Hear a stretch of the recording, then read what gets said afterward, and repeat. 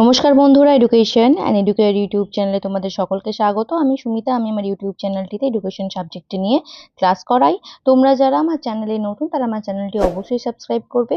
আজকের ভিডিওটিতে আমরা আলোচনা করব ওয়েস্ট বেঙ্গল মাদ্রাসা সার্ভিস কমিশনের 7th SLST 2023 যে এক্সামিনেশনটি হয়েছিল, যে পরীক্ষাটি হয়েছিল, তার শিক্ষাবিজ্ঞান বিষয়ের যে প্রশ্নপত্র ছিল সেই প্রশ্নপত্র নিয়ে আমরা আলোচনা করব। এই আলোচনা আমরা আগে শুরু করেছি এবং একটি ভিডিও আমি দিয়েছি যেখানে 10টি প্রশ্ন নিয়ে আমি আলোচনা করেছি। সেই ভিডিওটা অবশ্যই দেখে নেবে, আমার চ্যানেলে দেওয়া রয়েছে। একটি প্লেলিস্টে গিয়ে তোমরা সেই ভিডিওটি খুব সহজেই পেয়ে যাবে, অবশ্যই দেখে নিও। PYQ আমরা আলোচনা করছি কেন? আমরা একটা সম্ভাবনা দেখছি যে আগামী দিনে SLST এক্সাম, SSCর SLST এক্সাম হতে পারে, এই সম্ভাবনাটা আমরা দেখতে পাচ্ছি। তো সেটাকে সামনে রেখে আমরা প্রস্তুতি শুরু করব SLST এডুকেশন বিষয়টির। PYQ আমরা 7 ওয়েস্ট বেঙ্গল মাদ্রাসা সার্ভিস কমিশনের শিক্ষাবিজ্ঞানের প্রশ্নপত্রটি আলোচনা করব। কারণ PYQ দেখলে বা প্রিভিয়াস ইয়ারে কোয়েশ্চেন আলোচনা করলে আমরা এটা বুঝতে পারি যে কোন ধরনের প্রশ্ন আসে, কি ধরনের প্রশ্ন করা হয়, কোন কোন টপিক থেকে প্রশ্ন করা হয়, প্রশ্নের মান কিরকম হয়, প্রশ্নের কাঠিন্য কিরকম হয়, সেটা আমরা বুঝতে পারি। তো আমি 10টি প্রশ্ন আলোচনা করেছি। আজকের ভিডিওতে কিছু প্রশ্ন আলোচনা করব। চলো এবার আমরা ভিডিওটা শুরু করি, প্রশ্ন উত্তর আলোচনা শুরু করি। আজকের ভিডিওর প্রথম প্রশ্ন হচ্ছে 11 দাগের প্রশ্ন। ফ্রয়েবেল কোন শিক্ষায় খেলার নীতি প্রয়োগ করেছিলেন? ফ্রয়েবেল কোন শিক্ষায় খেলার নীতি প্রয়োগ করেছিলেন? অপশনগুলি হচ্ছে, অপশন এতে আছে হিউরিস্টিক পদ্ধতি, অপশন বিতে আছে কিন্ডারগার্টেন পদ্ধতি, অপশন সিতে আছে ডাল্টন পরিকল্পনা, অপশন ডিতে আছে মন্তেশ্বরী পদ্ধতি। আমরা সকলেই জানি যে ফ্রয়েবেল যে শিক্ষা পদ্ধতির কথা বলেছিলেন সেটি হচ্ছে কিন্ডারগার্টেন শিক্ষা পদ্ধতি। অপশন বি সঠিক উত্তর। তিনি কিন্ডারগার্টেন শিক্ষা পদ্ধতিতে খেলার নীতি প্রয়োগ করেছিলেন। আমরা ফ্রয়েবেল সম্পর্কে একটু জেনে নিই।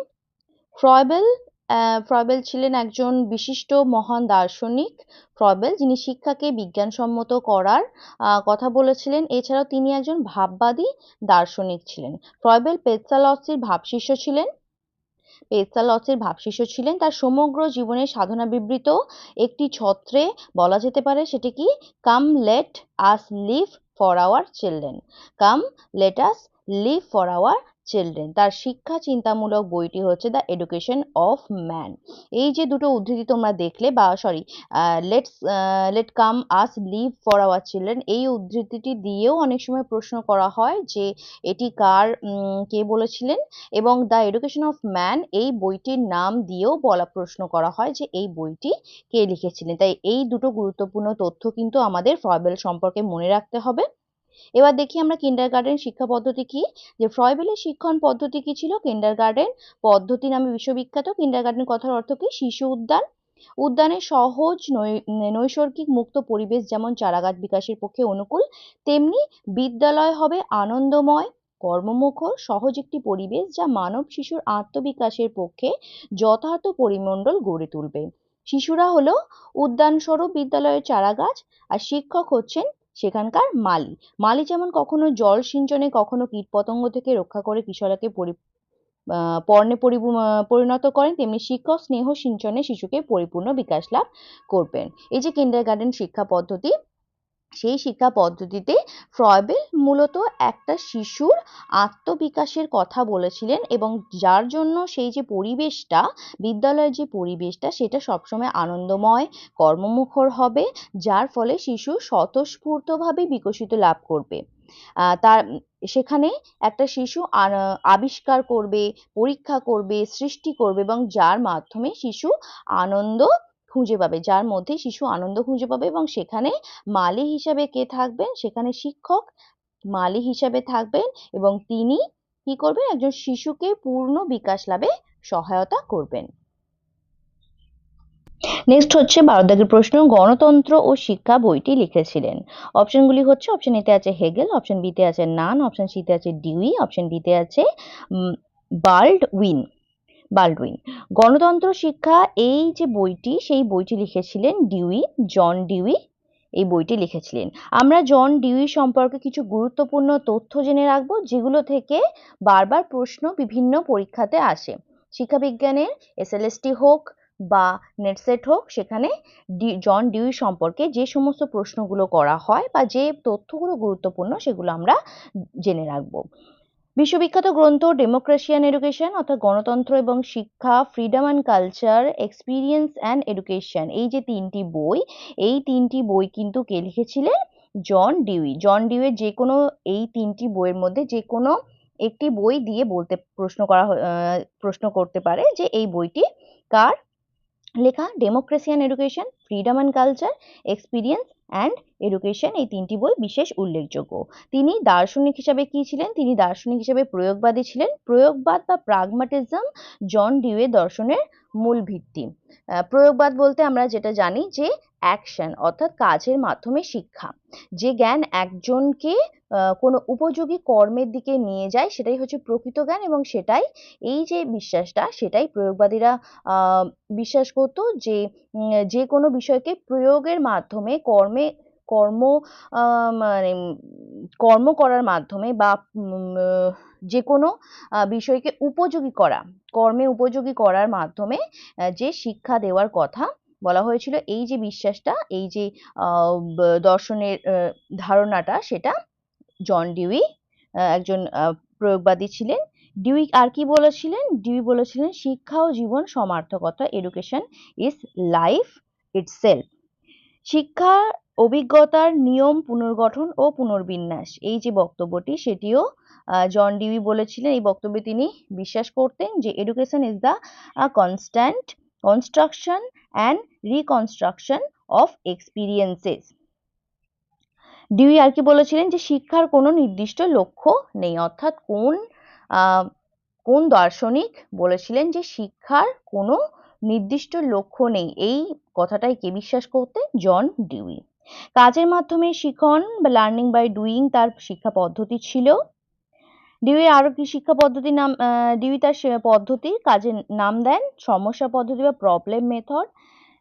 কিলপ্যাট্রিক স্টিভেনসনের নামকরণ করেন প্রকল্প পদ্ধতি। আচ্ছা, কিলপ্যাট্রিক এবং স্টিভেনসন এই যে সমস্যা পদ্ধতি প্রবলেম মেথড, তার নামকরণ করেন প্রজেক্ট মেথড বা প্রকল্প পদ্ধতি। সক্রিয়তা শিশু শিক্ষার একমাত্র মাধ্যম। ডিউইর মতে প্রকৃত জ্ঞান বা সত্য আহরণ করার যায় সক্রিয়তার মাধ্যমে। এই তত্ত্ব থেকে জন্ম নিয়েছিল ডিউইর সমস্যা পদ্ধতি, অর্থাৎ প্রবলেম সলভিং মেথড। এই মেথডটা কার ছিল? এটা ছিল জন ডিউইর মেথড। এই সমস্ত গুরুত্বপূর্ণ তথ্যগুলো আমাদের ডিউই সম্পর্কে জেনে রাখতে হবে। পরের প্রশ্নটি হচ্ছে 13 দাগের প্রশ্ন, বুনিয়াদী শিক্ষা পরিকল্পনা ছিল। অপশন এতে আছে উৎপাদনশীল কাজের মাধ্যমে শেখা, অপশন বিতে রয়েছে কর্মমুখী পাঠ্যক্রম, অপশন সিতে রয়েছে এ ও বি উভয়, অপশন ডিতে রয়েছে উপরের কোনোটি নয়। বুনিয়াদী শিক্ষা পরিকল্পনা কি ছিল? প্রশ্নের উত্তরটি জানার আগে আমরা কি জানবো? আমরা বুনিয়াদী শিক্ষার কিছু বৈশিষ্ট্য সম্পর্কে জেনে নেব। আমরা জানি যে বুনিয়াদী শিক্ষার যে ধারণা সেটি কে দিয়েছিলেন? গান্ধীজি দিয়েছিলেন, মহাত্মা গান্ধী। বুনিয়াদী শিক্ষার কি বৈশিষ্ট্য? 7 থেকে 14 বছর বয়স পর্যন্ত সমস্ত ছেলে মেয়েদের জন্য সর্বজনীন, বাধ্যতামূলক এবং অবৈতনিক শিক্ষার ব্যবস্থা। এই স্তরে ইংরেজি শিক্ষা দেওয়া হবে না, এখানে মাতৃভাষার মাধ্যমে শিক্ষা দেওয়া হবে। শিক্ষার্থীর সামর্থ্য ও স্থানীয় চাহিদা অনুযায়ী কোনো একটি নির্দিষ্ট শিল্পকে কেন্দ্র করে সমস্ত শিক্ষা ব্যবস্থা পরিচালিত হবে। বুনন বা হাতে কাটা সুতা, চামড়ার কাজ, কাঠের কাজ, সেলাই, কৃষি, বাগান তৈরি, মৎস্য চাষ প্রভৃতিকে নির্বাচনের কথা বলা হয়েছে। এই সমস্ত শিল্পকে কেন্দ্র করে তারা অর্থ উপার্জন করবে, এবং নিজের শিক্ষার ব্যয়ে তারা নিজেরাই বহন করবে। এখানে গান্ধীজি অনুবন্ধ প্রণালীতে শিক্ষা দেওয়ার কথা বলেছেন। তাহলে আমরা কি দেখতে পাচ্ছি যে গান্ধীজি যে বুনিয়াদী শিক্ষা ব্যবস্থা, সেখানে তিনি মূলত কাজের কথা বলেছিলেন। উৎপাদনশীল যে কোনো একটা কাজ করতে হবে এবং তার মাধ্যমে অর্থ উপার্জন করে শিক্ষার্থীরা নিজেদের শিক্ষার ব্যয় নিজেরাই বহন করবে, অর্থাৎ কর্মমুখী। তাহলে আমাদের প্রশ্নে যে অপশনগুলো ছিল, অপশনগুলো যে রয়েছে, সেখানে আমরা উৎপাদনশীল কাজের মাধ্যমে শেখা এবং কর্মমুখী পাঠ্যক্রম দুটো অপশনই কিন্তু সঠিক পাচ্ছি। আমাদের সঠিক উত্তর তাহলে অপশন সি হয়ে যাচ্ছে। এ এবং বি উভয়ই সঠিক, অপশন সি আমাদের সঠিক উত্তর। নেক্সট যে প্রশ্নটি রয়েছে, প্রত্যক্ষ পরামর্শদানের সাথে জড়িত পর্যায়গুলি হলো। অপশন এতে রয়েছে বিশ্লেষণ, আত্ম অন্বেষণ, ব্যাখ্যান, পরামর্শদান। অপশন বিতে রয়েছে বিশ্লেষণ, সংশ্লেষণ, দুর্বলতা নির্ণয়, পূর্বাভাস, পরামর্শদান। অপশন সিতে রয়েছে বিশ্লেষণ, সংশ্লেষণ, ব্যাখ্যান, বাস্তবায়ন, পরামর্শদান। অপশন ডিতে রয়েছে আত্ম অন্বেষণ, ব্যাখ্যান, বিশ্লেষণ, সংশ্লেষণ, পরামর্শদান। আমাদের সঠিক উত্তর যেটি সেটি হচ্ছে অপশন বি। অপশন বি, বিশ্লেষণ, সংশ্লেষণ, দুর্বলতা নির্ণয়, পূর্বাভাস, পরামর্শদান। এটি হচ্ছে আমাদের সঠিক উত্তর। প্রত্যক্ষ পরামর্শদানের পর্যায়গুলি হচ্ছে অপশন বি সঠিক উত্তর। আমরা প্রত্যক্ষ পরামর্শদান সম্পর্কে একটু জেনে নিই। আমরা জানি যে পরামর্শদান কি। পরামর্শদান বা কাউন্সেলিং হচ্ছে একটা পরামর্শ দেওয়া। একজন ব্যক্তি বা একজন দক্ষ এবং অভিজ্ঞ ব্যক্তি যখন অন্য কোনো ব্যক্তির প্রয়োজনে বা সমস্যায় সাহায্য করে থাকেন। পরামর্শদান বা কাউন্সেলিং এমন একটি প্রক্রিয়া যার মাধ্যমে কোনো ব্যক্তি তার সমস্যা সম্পর্কিত উদ্বেগ প্রকাশ করে এবং একজন অভিজ্ঞ ব্যক্তি সেই সমস্যার সমাধান করতে তাকে সাহায্য করে। পরামর্শদান বলতে বা কাউন্সেলিং বলতে শুধুমাত্র যে চিকিৎসা ব্যবস্থার যে কাউন্সেলিং পদ্ধতি বা মনোবৈজ্ঞানিক যে কাউন্সেলিং সেটি কিন্তু নয়। কাউন্সেলিং কিন্তু শিক্ষাগত কাউন্সেলিংও হতে পারে, বৃত্তিগত কাউন্সেলিংও হতে পারে। বৃত্তিগত বলতে কোনো ব্যক্তিকে তার বৃত্তি নির্বাচনে তার কাজ সে ভবিষ্যতে কোন দিকে যাবে সেটা তাকে সেই সমস্যার সমাধান করতে তাকে সাহায্য করা বৃত্তিগত পরামর্শদান। সেরকমভাবে অবসর বিনোদনেরও পরামর্শদান হয়, যে একজন ব্যক্তি তার অবসর সময় কিভাবে অতিবাহিত করবে তার জন্য কিন্তু কাউন্সেলিং করা হয়ে থাকে। আমাদের তিনটি কাউন্সেলিং রয়েছে: প্রত্যক্ষ, অপ্রত্যক্ষ কাউন্সেলিং এবং ঐচ্ছিক কাউন্সেলিং।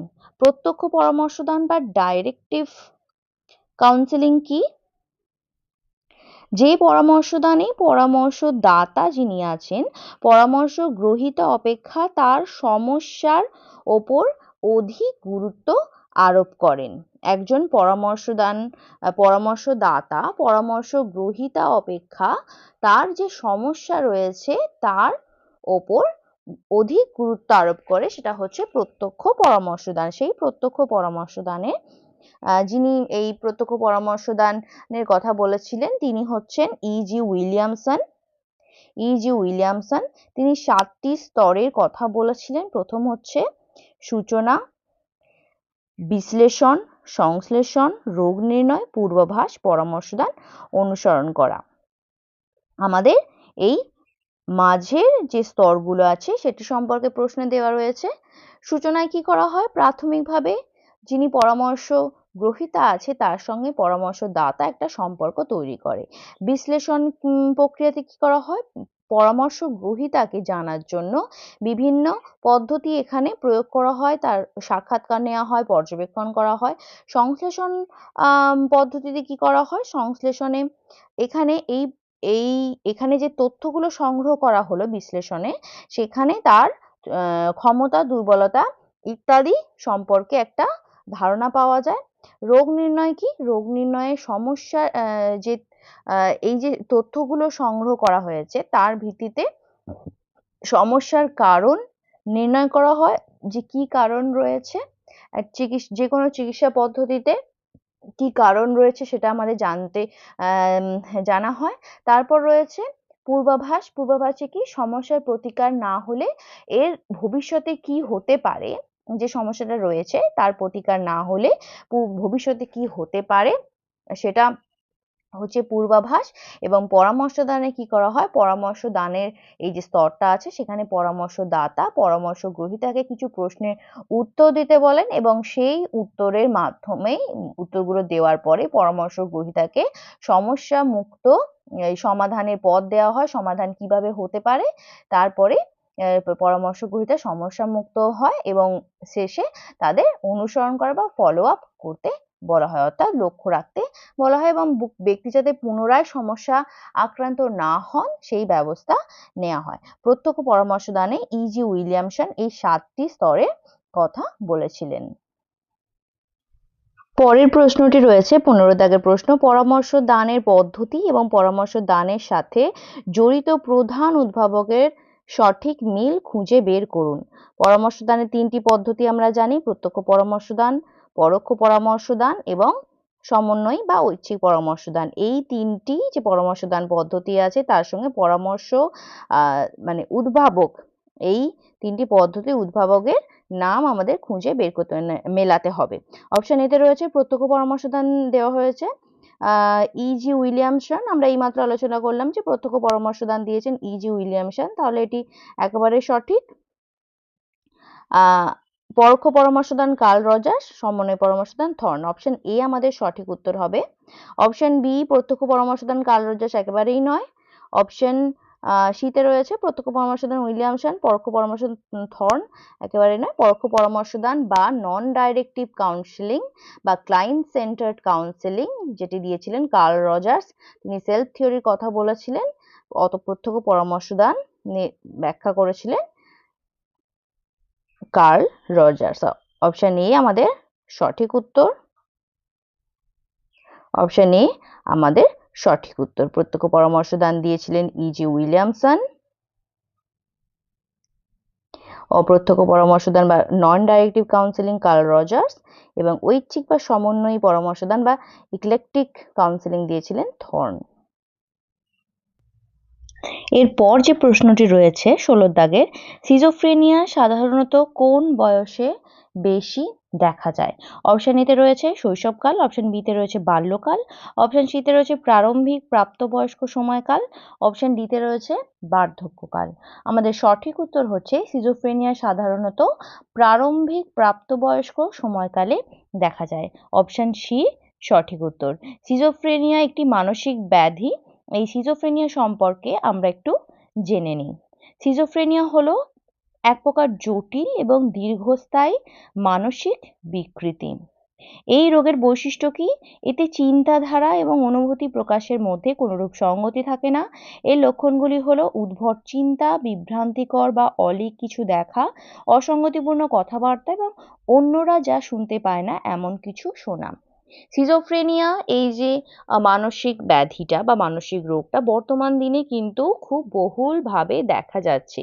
এই মানসিক রোগটা যাদের হয় সেই সমস্ত প্রথমত এই মানসিক রোগটা যে কোনো ব্যক্তিরই হতে পারে, মানসিক ব্যাধিটা যে কোনো ব্যক্তিরই হতে পারে এই মেন্টাল ডিসঅর্ডার।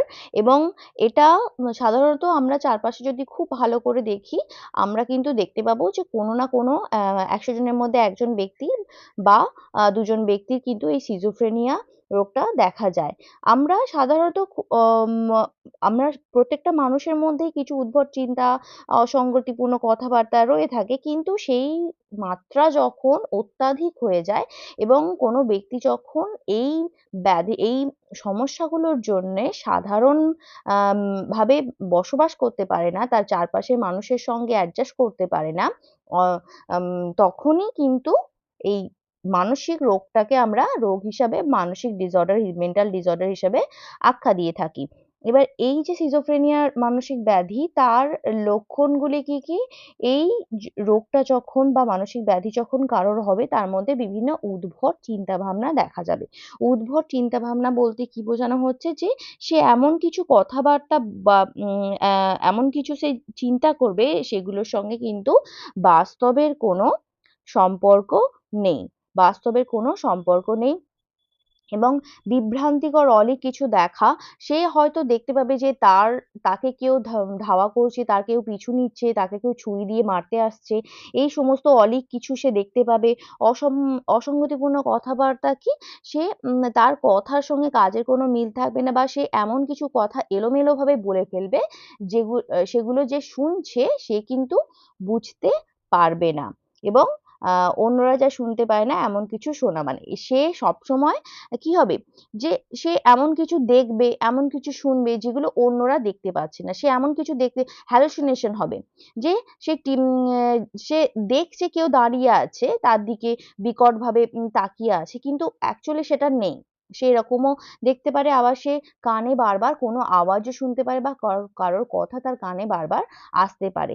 এর ফলে কি হবে, সাধারণভাবে বেঁচে থাকা তার পক্ষে দুষ্কর হয়ে যাবে এবং তখন তার মধ্যে যে ব্যাধিটা বা যে ডিসঅর্ডারটা দেখা যাবে সেটাই হচ্ছে সিজোফ্রেনিয়া। এই যে সিজোফ্রেনিয়া, সেটা ব্লয়লার 1908 খ্রিস্টাব্দে এই নামটি প্রস্তাব করেন। গ্রিক শব্দ সিজনস থেকে, এর অর্থ হচ্ছে দ্বিধা বিভক্ত করা, এবং টু স্প্লিট, আর ফ্রেন এর কথার অর্থ হচ্ছে মন, অর্থাৎ মনকে দ্বিখণ্ডিত করা, অর্থাৎ আমাদের যে মন সেই মনটা দুটো ভাগে ভাগ হয়ে যাচ্ছে, সেই রকমই কিছু বোঝানো হচ্ছে।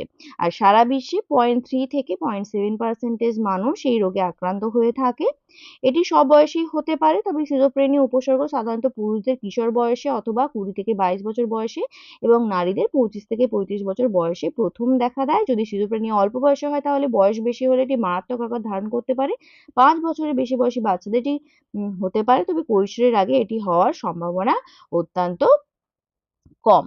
এই রোগে আক্রান্ত ব্যক্তিদের মধ্যে কিন্তু ভ্রান্ত বিশ্বাস, অদ্ভুত আচরণ, অদ্ভুত কিছু ইচ্ছা প্রকাশ করা, বিভিন্ন অলীক জিনিস প্রত্যক্ষণ করা, এই সমস্ত বিষয়গুলো কিন্তু একজন সিজোফ্রেনিয়া রোগীর মধ্যে দেখা যায়। আমরা রাস্তাঘাটে প্রায়ই এমন ব্যক্তিদের দেখতে পাই যারা কিন্তু নিজের মনে নানান কথা বলতে থাকে, আকাশের দিকে তাকিয়ে নানান অভিযোগ করতে থাকে। এই সমস্ত ব্যক্তিগুলোকে আমরা পাগল হিসেবে আখ্যা দিই। এরা কিন্তু সিজোফ্রেনিয়া রোগে আক্রান্ত। নেক্সট যে প্রশ্নটি রয়েছে 17 দাগের, এমন একটি পরীক্ষার নাম লিখুন যাতে পঠন বা লিখন দক্ষতার প্রয়োজন হয় না। এমন একটা পরীক্ষা বা এমন একটা অভিজ্ঞতা যেখানে পঠন এবং লিখন, অর্থাৎ পড়া এবং লেখা, এই যে দক্ষতাটা, সেই দক্ষতার কোনো প্রয়োজন হয় না। অপশনগুলিতে রয়েছে, অপশন এতে রয়েছে প্রবণতার পরীক্ষা, অপশন বিতে রয়েছে আগ্রহের পরীক্ষা, অপশন সিতে রয়েছে কর্মসম্পাদনী পরীক্ষা, অপশন ডিতে রয়েছে উপরের কোনোটিই নয়।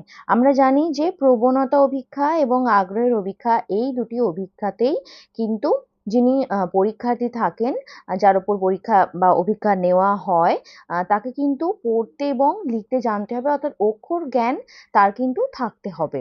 একমাত্র কর্মসম্পাদনী পরীক্ষায় কিন্তু কোনো অক্ষর জ্ঞানের প্রয়োজন হয় না, অর্থাৎ ব্যক্তিকে পঠন এবং লিখন এই দক্ষতার কোনো প্রয়োজন হয় না, অর্থাৎ ভাষার যে জ্ঞান সেই জ্ঞান অপরিহার্য নয়।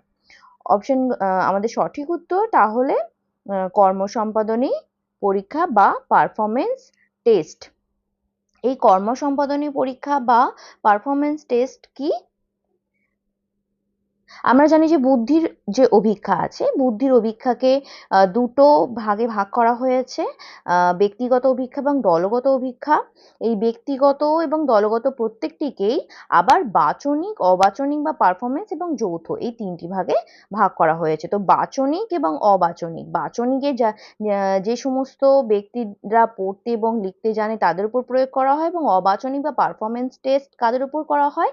যারা লিখতে এবং পড়তে জানে না, অর্থাৎ অক্ষর জ্ঞানহীন মানুষ, তাদের ওপর এই অভিক্ষা করা হয়। এই যে অবাচনিক অভিক্ষা বা পারফরমেন্স টেস্ট, এর বৈশিষ্ট্য কি? এখানে ভাষার জ্ঞান অপরিহার্য নয়। শিশু, অক্ষর জ্ঞানহীন এবং অন্য ভাষাভাষীদের অভিক্ষা গ্রহণে এখানে কোনো অসুবিধা হয় না। অর্থাৎ কাদের উপর এই অভিক্ষা নেওয়া হয়? শিশুদের, অক্ষর জ্ঞানহীন ব্যক্তিদের এবং অন্য ভাষায় যারা কথা বলে সেই সমস্ত ব্যক্তিদের ওপর এই অভিক্ষা নিতে কোনো অসুবিধা হয় না, কারণ এই অভিক্ষাতে আমাদের ভাষার কোনো প্রয়োজন হয় না, অর্থাৎ লিখতে এবং পড়তে জানার কোনো প্রয়োজন হয় না। এই অবাচনিক অভিক্ষা ব্যক্তিগত এবং দলগত দু প্রকারেরই হয়। উদাহরণ কি? Alexander pass along test, Raven's progressive test, Raven's progressive matrix test এবং আর্মি বিটা হচ্ছে দলগত, আর এই দুটি হচ্ছে, অর্থাৎ আলেকজান্ডার পাসালং টেস্ট আর র্যাভেন্স প্রোগ্রেসিভ ম্যাট্রিক্স টেস্ট, এগুলো হচ্ছে ব্যক্তিগত অবাচনিক অভিক্ষা টেস্ট। এই ব্যক্তিগত অবাচনিক বা পারফরমেন্স টেস্টে কিন্তু ভাষা জ্ঞানের এবং অক্ষর জ্ঞানের কোনো প্রয়োজন হয় না। এরপর যে প্রশ্নটি রয়েছে সেটি আমাদের পরিসংখ্যান বা স্ট্যাটিস্টিক্স থেকে দেওয়া হয়েছে। 18 দাগের প্রশ্নে, যদি একটি বন্টনের গড় মধ্যমান ভূশিষ্টক মিলে যায় বা সমান হয় তবে বন্টনটি হবে।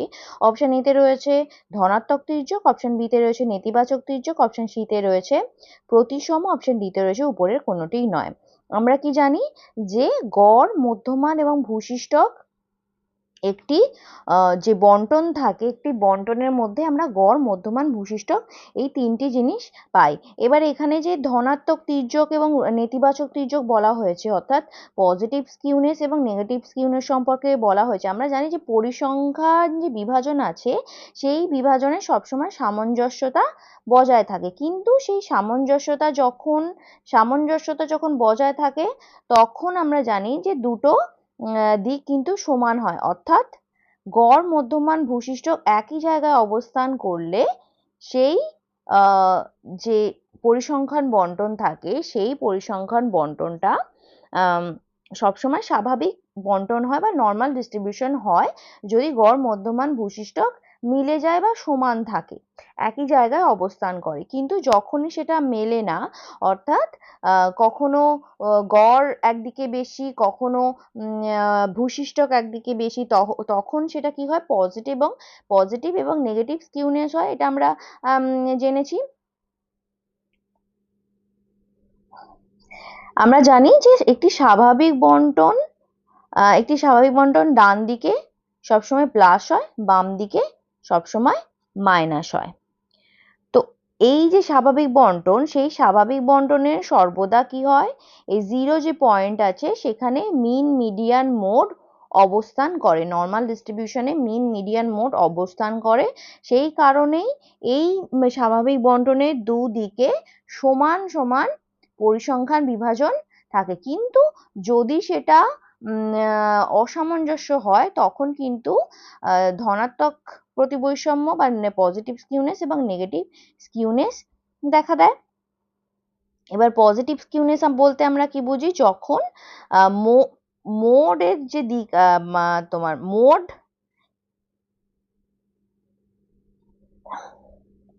মোডের দিকটা ফুলে থাকে, অর্থাৎ মাইনাসের দিকটা ফুলে থাকে। মোড বেশি, মিন এই জায়গায় অবস্থান করে, মিডিয়ান এই জায়গায় অবস্থান করে এবং মোড এই জায়গায় অবস্থান করে। আর ধনাত্মক স্কিউনেসের ক্ষেত্রে এর ঠিক উল্টোটা হয়। ঠিক আছে, তাহলে আমাদের যে প্রশ্ন রয়েছে, সেই প্রশ্নতে যেটি বলা হয়েছে, সেখানে ধনাত্মক তির্যক, নেতিবাচক তির্যক এই দুটো তো কখনোই নয়, কারণ সেখানে কি হচ্ছে, মিন, মিডিয়ান, মোড একই জায়গায় অবস্থান করছে না। মিন, মিডিয়ান, মোড যখনই তির্যক দেখা দিচ্ছে, তখনই কিন্তু মিন, মিডিয়ান, মোড একই জায়গায় অবস্থান করছে না।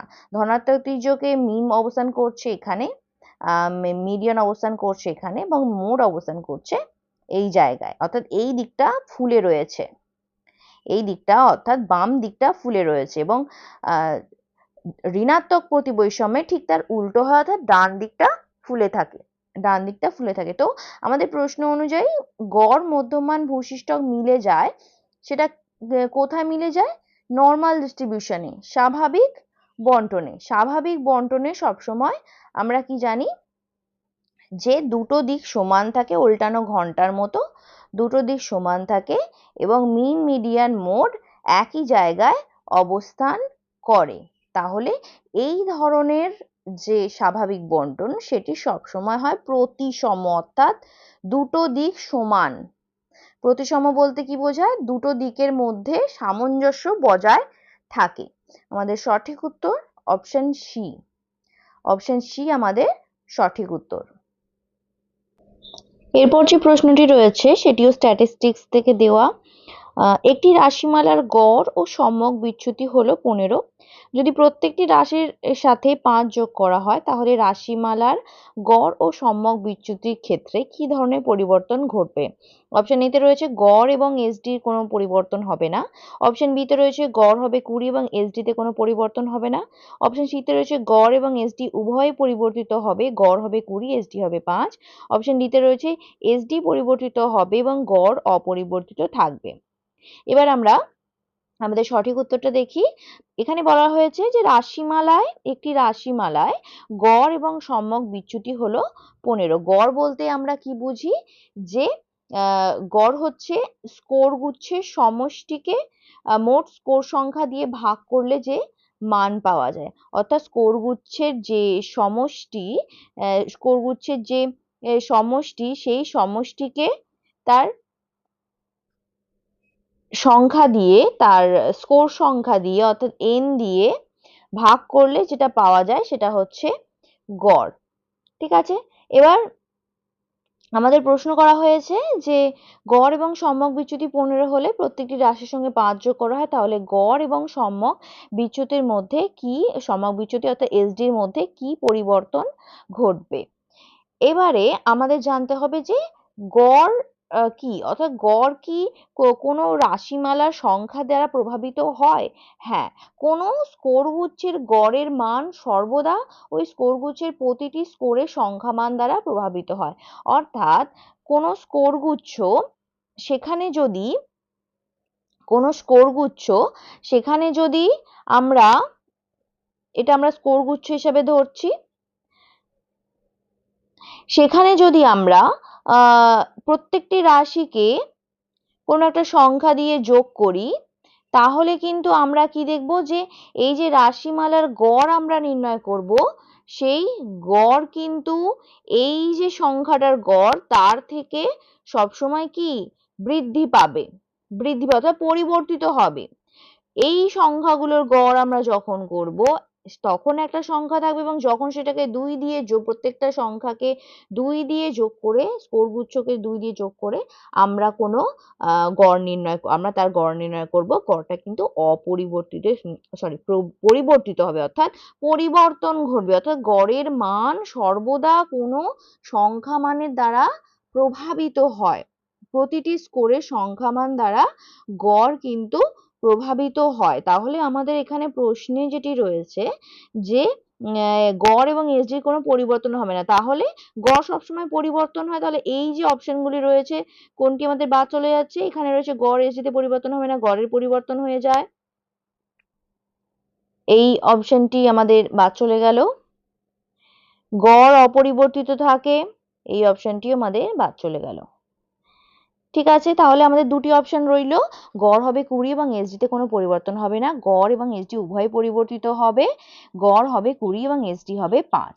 এবারে আমাদের সঠিক উত্তর কোনটি, আমাদের সঠিক উত্তর যেটি সেটি হচ্ছে গড় হবে 20 এবং এসডিতে কোনো পরিবর্তন হবে না। কেন এসডিতে কোনো পরিবর্তন হবে না? কারণ কারণ এসডি কি, অর্থাৎ সম্যক বিচ্যুতি বা স্ট্যান্ডার্ড ডেভিয়েশন কি, স্ট্যান্ডার্ড ডেভিয়েশন হচ্ছে বিষমতার যে পরিমাপ তার মধ্যে সব থেকে নির্ভরযোগ্য পরিমাপ হচ্ছে সম্যক বিচ্যুতি বা স্ট্যান্ডার্ড ডেভিয়েশন বা এসডি। এসডি কিভাবে নির্ণয় করা হয়, কোনো স্কোর গুচ্ছের সব স্কোরগুলির যে বিচ্যুতি আছে, কোনো স্কোর গুচ্ছের সমস্ত স্কোরগুলির যে বিচ্যুতি আছে তার বর্গ করা হয়, তার বর্গমূলের যে মান সেটা হচ্ছে সম্যক বিচ্যুতি, তার বর্গমূলের মান হচ্ছে সম্যক বিচ্যুতি। এবারে যদি কোনো রাশির মান, যদি কোনো রাশির প্রত্যেকটি রাশিকে 5 দিয়ে যোগ করা হয়, তাহলে সেখানে যে বর্গমূল হবে সেটি কিন্তু সেরকম কোনো পরিবর্তন ঘটবে না। তাই আমাদের সঠিক উত্তর হচ্ছে অপশন বি, অপশন বি সঠিক উত্তর। নেক্সট যে প্রশ্নটি রয়েছে, কোন দার্শনিকগণ বিশ্বাস করেন যে পরীক্ষার্থীরা তাদের জ্ঞানকে প্রয়োগ নির্ভরশীল করে বাস্তব পরিস্থিতিতে ব্যবহার করতে সক্ষম হয়। অপশনগুলিতে রয়েছে বাস্তববাদীগণ, অপশন বিতে রয়েছে ভাববাদী দার্শনিকগণ, অপশন সিতে রয়েছে প্রকৃতিবাদীরা, অপশন ডিতে রয়েছে প্রয়োগবাদী দার্শনিকগণ। কোন দার্শনিকদের ধারণা অনুযায়ী কোনো পরীক্ষার্থী তার যে জ্ঞান আছে সেই জ্ঞানকে সর্বদা বাস্তব পরিস্থিতিতে ব্যবহার করতে পারবে, অর্থাৎ প্রয়োগ করতে পারবে। অবশ্যই প্রয়োগবাদী দার্শনিকগণ। প্রাগমাটিজম, প্রয়োগবাদী দার্শনিক বা প্রাগমাটিজম কি, ইংরাজি যে প্রাগমাটিজম কথাটি প্রতিশব্দ হচ্ছে প্রয়োগবাদ, গ্রিক প্রাগমা শব্দ থেকে এসেছে প্রাগমাটিজম, এর অর্থ কি অ্যাকশন বা কাজ। প্রয়োগবাদের মূল কথা কি, প্রয়োগবাদের মূল কথা হচ্ছে উপযোগিতা বা কার্যকারিতা।